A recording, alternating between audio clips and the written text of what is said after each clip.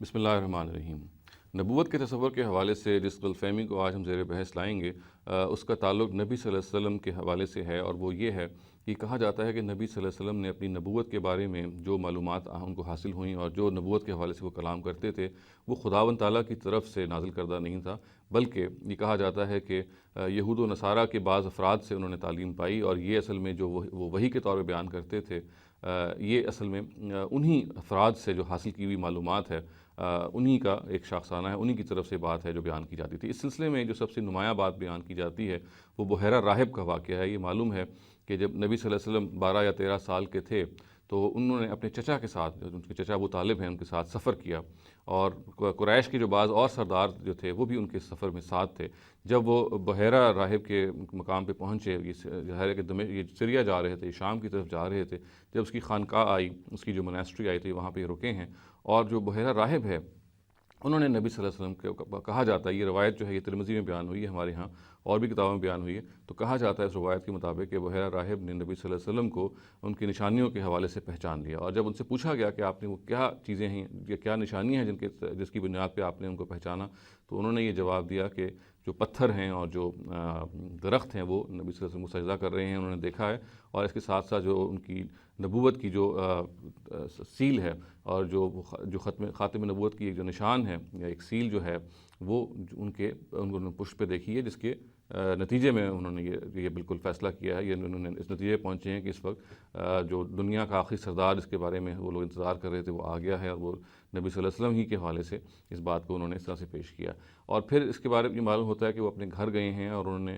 جب وہ واپس آئے ہیں تو انہوں نے پھر جب لوگوں کو جمع کیا، اور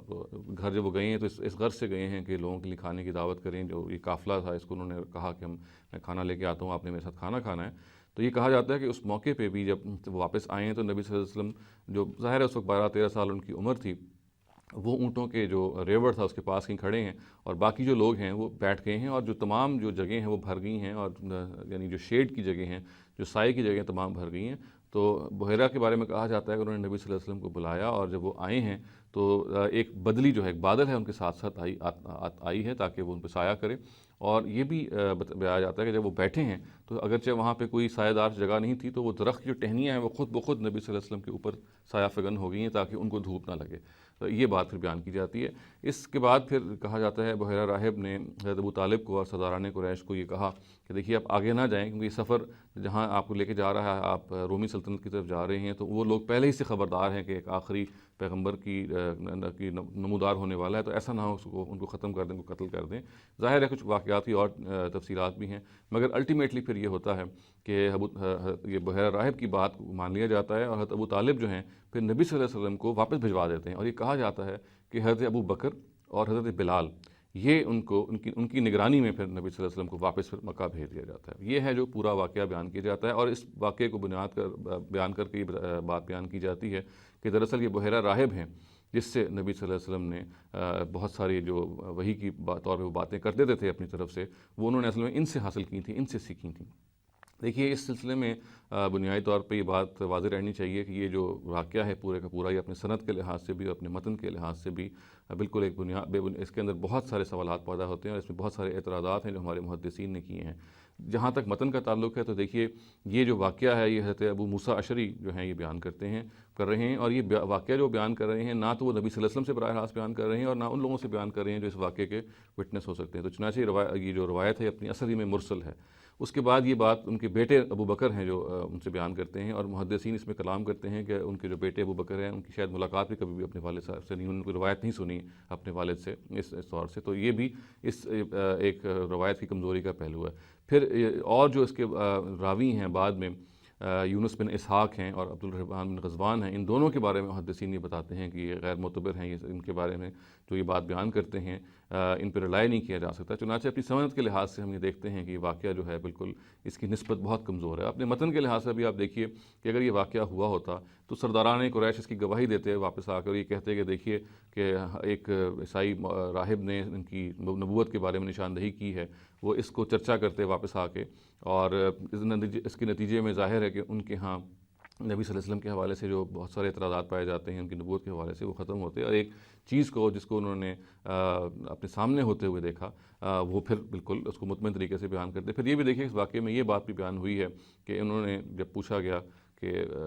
بحیرہ راہب سے کیا وہ کیا سائن تھا، وہ کیا نشانی تھی جس نے آپ کو کنونس کیا کہ یہ نبی ہیں، تو اس میں انہوں نے جو مختلف باتیں کی، ان میں ایک بات یہ بھی تھی کہ جو درخت ہیں اور جو پتھر ہیں وہ نبی صلی اللہ علیہ وسلم کے آگے سجدہ ریز ہیں. تو اگر یہ بات واقعی ہوتی تو یہ صرف بحیرہ راہب ہی کو نظر نہ آتی، اس لیے کہ وہ واقعہ لوگوں کے سامنے ہوا تھا. باقی لوگ بھی اس کو وٹنس کرتے، باقی لوگ بھی اس کو دیکھتے، اس کا چرچا کرتے. ہمیں معلوم ہے کہ نہ انہوں نے اس طرح کی کوئی بات کی، اور خود واقعے کی صورت یہ بتا رہی ہے کہ یہ تنہا انہی کو نظر آئی یہ بات کہ